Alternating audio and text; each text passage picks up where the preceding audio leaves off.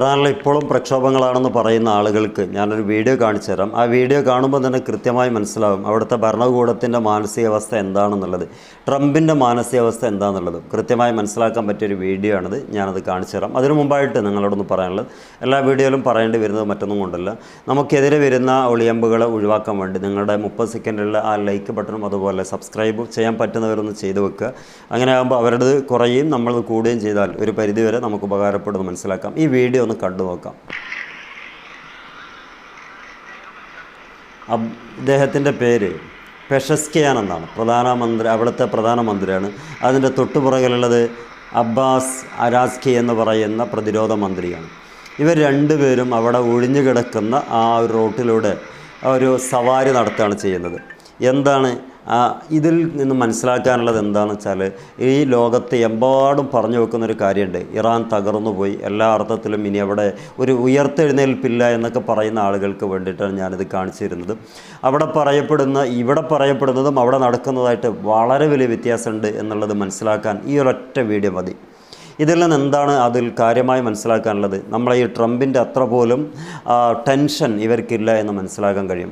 ഇവിടെയുള്ള കുറഞ്ഞ ആളുകൾ മാത്രമാണ് ഇറാൻ തകരണമെന്ന് ആഗ്രഹിക്കുന്നതും ഉടനെ ബോംബ് സ്ഫോടനങ്ങളൊക്കെ നടന്ന് ആ രാജ്യം കത്തുന്നതെന്ന് കാണണം എന്ന് ആഗ്രഹിക്കുന്നതും. ബാക്കി എല്ലാവരും ഇറാനും അതേപോലെ ഇന്ത്യയും വലിയ തമ്മിലുള്ള ആ ഒരു സൗഹൃദ ബന്ധം കാത്തു സൂക്ഷിച്ച് മുന്നോട്ട് പോകണമെന്ന് ആഗ്രഹിക്കുന്നവരാണ്. മാത്രമല്ല മറ്റൊരു കാര്യം കൂടിയുണ്ട്. ഇസ്രായേൽ ബന്ധമുണ്ടല്ലോ, അത് വലിയ രൂപത്തിൽ അങ്ങ് എത്തി നിൽക്കുകയും അമേരിക്ക ഇറാനെ പിടികൂടുകയും ചെയ്തിട്ടുണ്ടെങ്കിൽ ഇതിൻ്റെയൊക്കെ പരിണിത ഫലം അനുഭവിക്കേണ്ടി വരിക നമ്മുടെ രാജ്യമായ ഇന്ത്യ തന്നെയായിരിക്കും.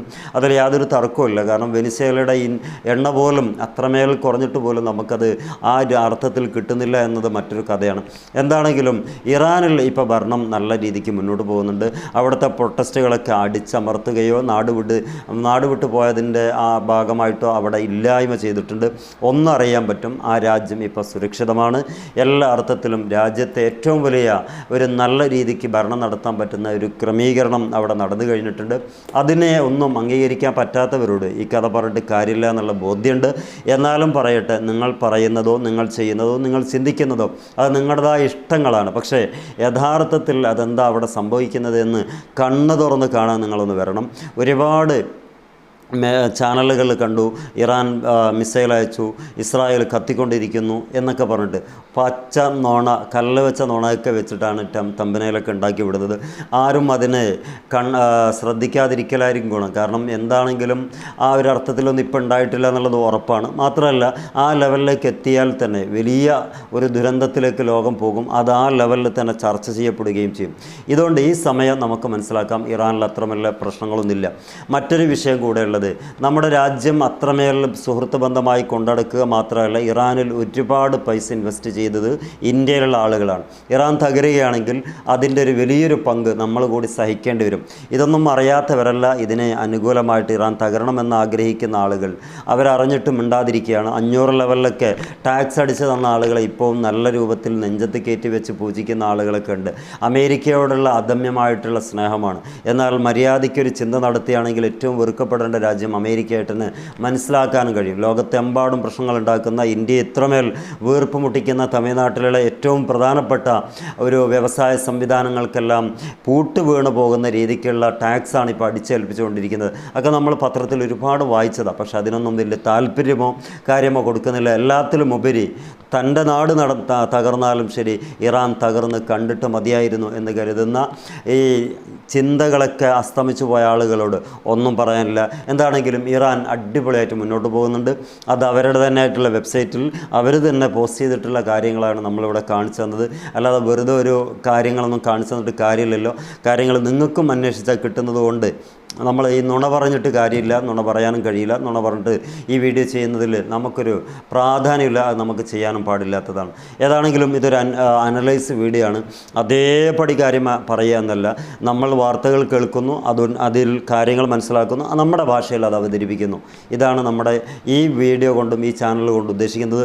പിന്നെ ഒരുപാട് കല്ല് വെച്ച നുണകളൊക്കെ പ്രചരിക്കുന്നതുകൊണ്ട് നമുക്കും കുറച്ച് സമയങ്ങൾ കിട്ടുമ്പോൾ ഇതുപോലെ നല്ല സത്യസന്ധമായിട്ടുള്ള കാര്യങ്ങൾ പറയാമെന്നുള്ള നിലക്കാണ് യൂട്യൂബ് ചാനൽ ക്രിയേറ്റ് ചെയ്തത്.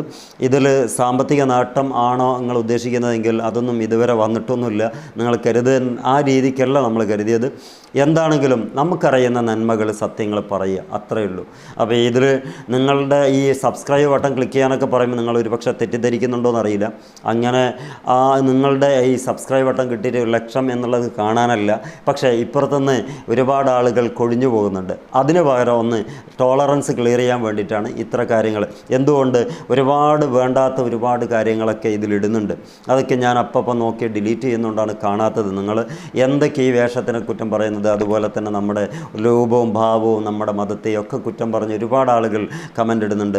അവരൊക്കെ ആ ലെവലിൽ പോകുന്നത് നമ്മളിവിടെ മോണിറ്റർ ചെയ്ത് ഒഴിവാക്കുന്നത് കൊണ്ടാണ് പ്രത്യക്ഷത്തിൽ വരാത്തത്. എന്നാലും കണ്ണിൽ പെടാത്തത് നിങ്ങളും വായിച്ചിട്ടുണ്ടാകും പലതും. അപ്പോൾ ഇതിനൊക്കെയാണ് ഈ കാര്യങ്ങളൊക്കെ പറഞ്ഞത് എന്ന് മാത്രം ചുരുക്കി പറയുകയാണ്. ലോകം വളരെ നന്നായി മുന്നോട്ട് പോവുകയാണ്. ഇനിയും ഇറാനിൽ ആണത്തത്വമുള്ള ഭരണാധികാരികളുള്ള കാലത്തോളം ഈ പശ്ചിമേഷ്യ പിടിച്ചടക്കാൻ ഈ ദജ്ജാലായിട്ടുള്ള ട്രംപിനോ അതിൻ്റെ പിന്നണി പ്രവർത്തകനായിട്ടുള്ള നെതന്യാഹുവിനോ സാധിക്കില്ല എന്നുറപ്പാണ്. ലോകത്ത് ഇനി വരാനിരിക്കുന്ന യുദ്ധങ്ങൾ വലിയ ഒരു യുദ്ധമായിരിക്കുമെന്നതിൽ തർക്കവുമില്ല. കാരണം അങ്ങനെയാണ് നമ്മുടെ പ്രമാണങ്ങളൊക്കെ പറഞ്ഞു വെക്കുന്നത്. അതൊരു രക്തപങ്കിലമായിട്ടുള്ള, മറ്റൊരർത്ഥത്തിൽ പറഞ്ഞാൽ വലിയ രൂപത്തിൽ ഇന്ന് വരെ ലോകം കാണാത്ത രീതിക്കുള്ള ഒരു യുദ്ധം ഉണ്ടാവും, അത് ഉറപ്പാണ്. പക്ഷെ അത് ആരിലേക്ക് എത്തുമെന്ന് വെച്ചാൽ ലോകത്തിലുള്ള എല്ലാ ആളുകളിലേക്കും അതിൻ്റെ പരിണിത ഫലം ഭവിഷ്യത്ത് എത്തുക തന്നെ ചെയ്യും. അതുകൊണ്ട് യുദ്ധം നിർത്തിവെച്ചു എന്നതല്ല, മറിച്ച് ഇപ്പോൾ യുദ്ധം ഇല്ല എന്നത് പറയുന്നതായിരിക്കും എളുപ്പം. മാത്രമല്ല ഇറാനിലെ ഭരണകൂടവും അതിനെ അംഗീകരിക്കുകയും ചെയ്തിട്ടുണ്ട്. അവരും ആഗ്രഹിക്കുന്നുണ്ട് സ്വതന്ത്രമായ ഒരു രാജ്യമായി ആരുടെയും പ്രയാസങ്ങളോ ആരുടെയും പ്രശ്നങ്ങളോ ഇടപെടാതെ നമ്മളെയും പ്രശ്നത്തിലാക്കാതെ മുന്നോട്ട് പോകാൻ അവരും ആഗ്രഹിക്കുന്നുണ്ടാകും. ഒരു രാജ്യം എന്ന നിലക്ക് അതുതന്നെയാണ് അവർക്കും നല്ലത്.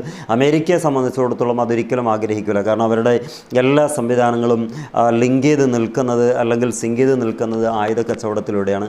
അതുകൊണ്ട് തന്നെ അവർ ആയുധ കച്ചവടത്തിനുള്ള കാര്യങ്ങൾ, മാർക്കറ്റിംഗ് തന്ത്രം അത് നന്നായിട്ട് യൂട്ടിലൈസ് ചെയ്യും. അതൊരു സ്ട്രാറ്റജിയാണ്. അതെങ്ങനെ അവർക്ക് ഇംപ്ലിമെൻറ്റ് ചെയ്യാൻ പറ്റുമെന്നുള്ള ഓരോ പഴുതും അന്വേഷിച്ചുകൊണ്ടിരിക്കുകയാണ്. അതുകൊണ്ട് തന്നെ ഈ ഒരു പ്രഖ്യാപനം ഇന്നിപ്പോൾ ഞങ്ങളില്ല എന്നൊക്കെ പറഞ്ഞു പോയ ട്രംപിന് ഒരു ദിവസം 24 hours കഴിഞ്ഞാൽ വീണ്ടും ഒരു ബോധോദയം ഉണ്ടായിട്ട് നമ്മൾ വീണ്ടും വരികയാണ്, അവിടെ ഇന്നാളൊക്കെ തൂക്കിലേറ്റിട്ടുണ്ട്, പറയുന്നത് കേട്ടിട്ടില്ല എന്നൊക്കെ പറയാനും സാധ്യത ഇല്ലാതില്ല. എന്താണെങ്കിലും ഈ ഒരു വിഷയത്തിൽ നമുക്ക് പറയാനുള്ളത് ഇറാൻ വളരെ ഭംഗിയായിട്ട് മുന്നോട്ട് പോകുന്നുണ്ട്. വളരെ നല്ല രീതിക്ക് അവർ ആശ്വാസത്തിൻ്റെ ആ ഒരു പാതയിലേക്ക് അവർ നീങ്ങിക്കഴിഞ്ഞു. 2 രീതിക്കും അവർ വിജയിച്ചു കഴിഞ്ഞു. ഒന്ന് ആയുധബലത്തിൽ ജൂൺ 25 വിജയിച്ചു, അഥവാ 2025 ജൂണിൽ. ഇപ്പോൾ പ്രൊട്ടസ്റ്റിൻ്റെ ആ കലാപകാരികളെ എല്ലാവരും ഇറക്കി വിട്ടപ്പോൾ അവിടെയും ഇറാൻ വിജയിച്ചു. 3ാമത് നയതന്ത്ര തലത്തിലും ഇറാൻ വിജയിച്ചിരിക്കുന്നു. ഇറാൻ്റെ വിജയം അത് നന്നായി ലോകം ആസ്വദിക്കുകയും ചെയ്യുന്നുണ്ട് എന്ന് മനസ്സിലാക്കാൻ പറ്റും. അമേരിക്ക മറ്റൊരു റിപ്പോർട്ടുമായി വരുന്നതുവരെ നമുക്കും വിശ്രമിക്കാം. കാരണം അമേരിക്കയാണ് ഇന്നത്തെ എല്ലാ പ്രശ്നങ്ങളും ഉണ്ടാക്കുന്നത്. അമേരിക്ക അടുത്ത മണിക്കൂറിൽ തന്നെ വരാൻ സാധ്യതയുണ്ട്. കാരണം വൈറ്റ് ഹൗസിൻ്റെ അനൗദ്യോഗികമായിട്ടുള്ള റിപ്പോർട്ട് പറയുന്ന അനോണിമസ്, അഥവാ അറിയപ്പെടാൻ ആഗ്രഹിക്കാത്ത ആൾ പറയുന്നൊരു വാക്കുണ്ട്. ട്രംപ് ഓപ്പറേഷൻ നീട്ടിവെച്ചതേ ഉള്ളൂ. എന്താ അതിൻ്റെ അർത്ഥം? ഇനിയിപ്പോഴും സാധ്യതാ പഠനം നടത്തിക്കൊണ്ടിരിക്കുന്നുണ്ട് എന്നുള്ള അതിൻ്റെ ഔദ്യോഗികമായിട്ടുള്ള റിപ്പോർട്ട് വരും. അപ്പോൾ നമുക്ക് വീണ്ടും കാണാം. എല്ലാവർക്കും നന്ദി.